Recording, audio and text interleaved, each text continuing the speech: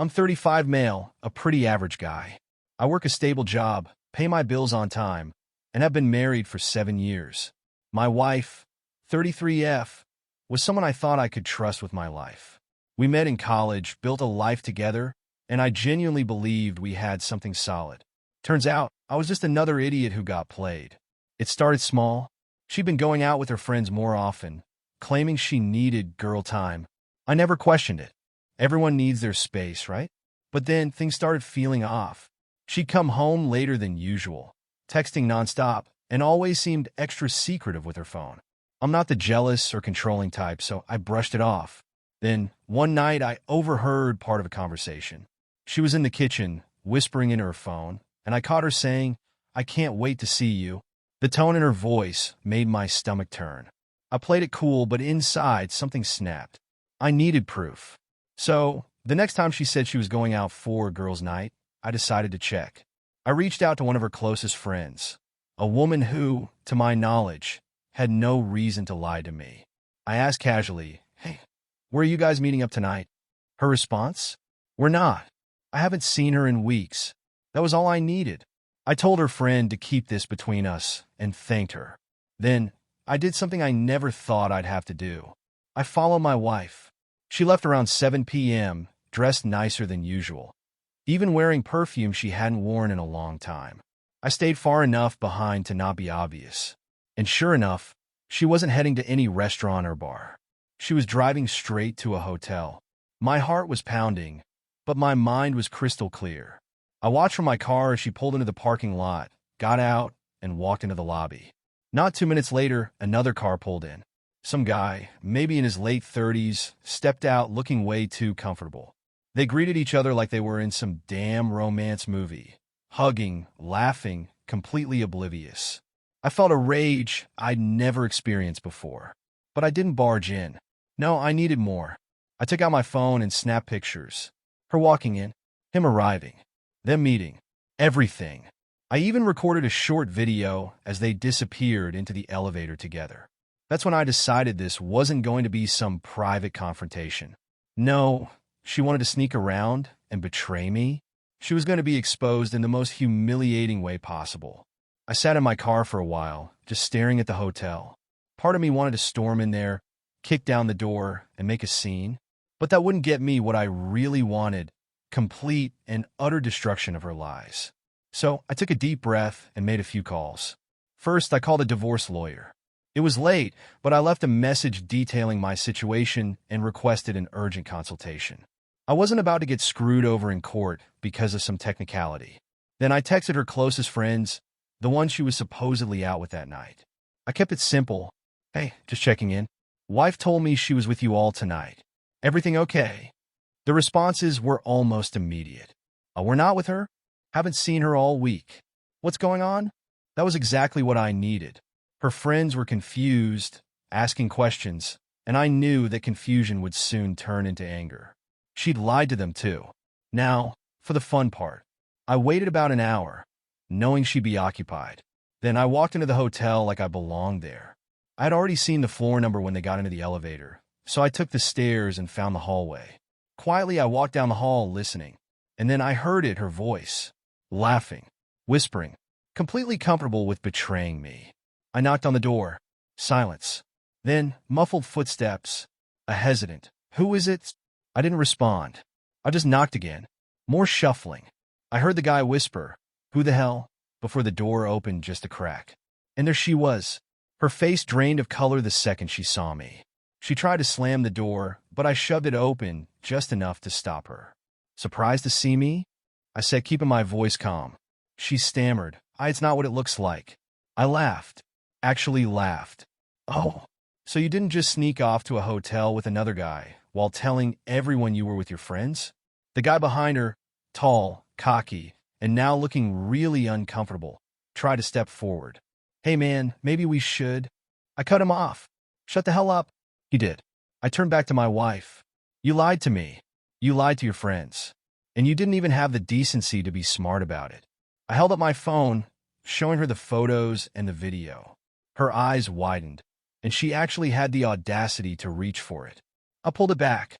"Don't even try." At this point, She started panicking. Please, let's just talk. No, I stepped back. You can talk when I'm done. Then I did something I knew would destroy whatever dignity she had left. I turned, walked back down the hallway, and as soon as I reached the elevator, I sent the pictures and video to her friends. And then I left. I didn't go home right away. I needed to clear my head, so I drove around for a bit, gripping the steering wheel so hard my knuckles turned white. My phone was blowing up.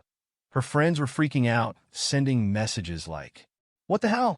She actually did this? I can't believe she lied to all of us." I didn't respond. I just let the truth sink in for them. Then my phone rang. Her. I let it ring out. Then another call. Then another. Then texts. "Please talk to me. I swear it was a mistake. Let's just meet and work through this." A mistake? That's rich. You don't accidentally book a hotel room with your affair partner. By the time I pulled into our driveway, her car was already there. She must have raced home, hoping to get ahead of me.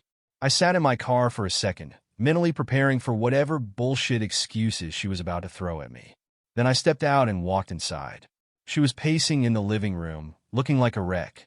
"Please," she started the second she saw me. "Just let me explain." I shut the door behind me, crossed my arms, and stared at her. "Explain what?" "How you've been lying to me for God knows how long. How you used your friends as a cover for your affair." She shook her head furiously, tears welling up in her eyes. "It wasn't like that." "Really?" I pulled out my phone, scrolled, and hit play. The video of her and her affair partner laughing together played loudly in the silent room. Her face twisted in horror. "Tell me, what exactly was it like?" She broke down. "I was lonely," she sobbed. "You've been so distant, working all the time. I felt neglected. It just happened." I laughed bitterly. "Oh, so it's my fault?" "I didn't say that. You didn't have to." I shook my head, disgusted. "You could have talked to me. You could have told me how you felt. But instead, you went behind my back and made me look like an idiot." "I never wanted to hurt you," she whispered. "Well, congratulations," I said, grabbing my car keys. "You did." She stepped forward, panic in her eyes. "Where are you going?" "To make sure you get exactly what you deserve." She reached for my arm, but I pulled away. "You don't get to touch me. You lost that right the second you chose him over me." And then I walked out the door. But I wasn't done. Not by a long shot. I drove straight to my lawyer's office the next morning.